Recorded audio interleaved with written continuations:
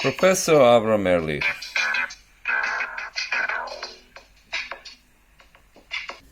At the precipice of this great new age, the question is, what would a thinker do? What would a leader, what would a Moses, what would a Bezalel, what would the architects of great visionary civilizations, the one that Moses envisaged when he fasted for 40 days and 40 nights in the mountain, and where he delivered a message so clearly to the slavery of Egypt that the future of slavery was not that humans are slaved to another human, but rather the nature of work, or in the Hebrew word for work is poel, which is the basis of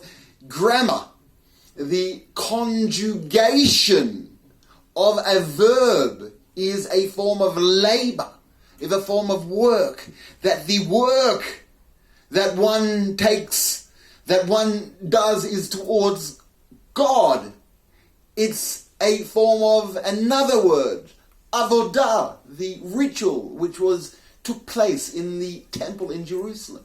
And another word for work to be malacha, which is artisanship, which depicts the very name of the angels, the malachim, the great artisans of the universe, the creative forces within the universe.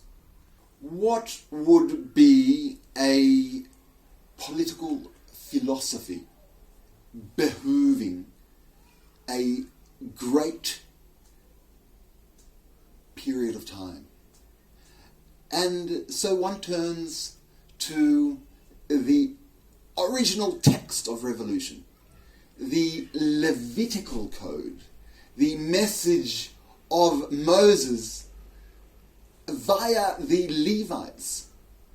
And one sees that the message there is of decentralization, of simplification, of the Mosaic message of not having brass associated with the altar, or having steps made from dirt until the altar, the taking away of the stages in between the individual and the service towards the imagination, or towards God, or to one's source of knowledge and inspiration.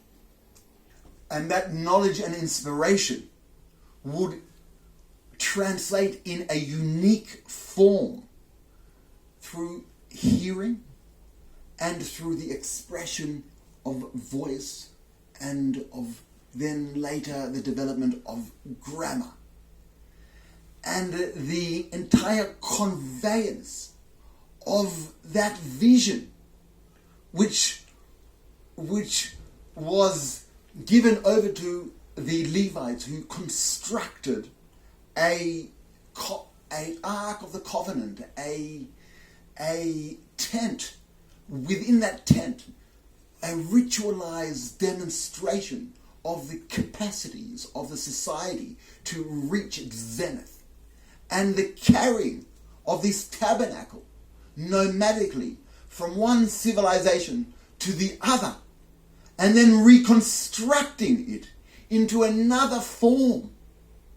The analogy is wild, and it remains at the core of Levite theology and political thought.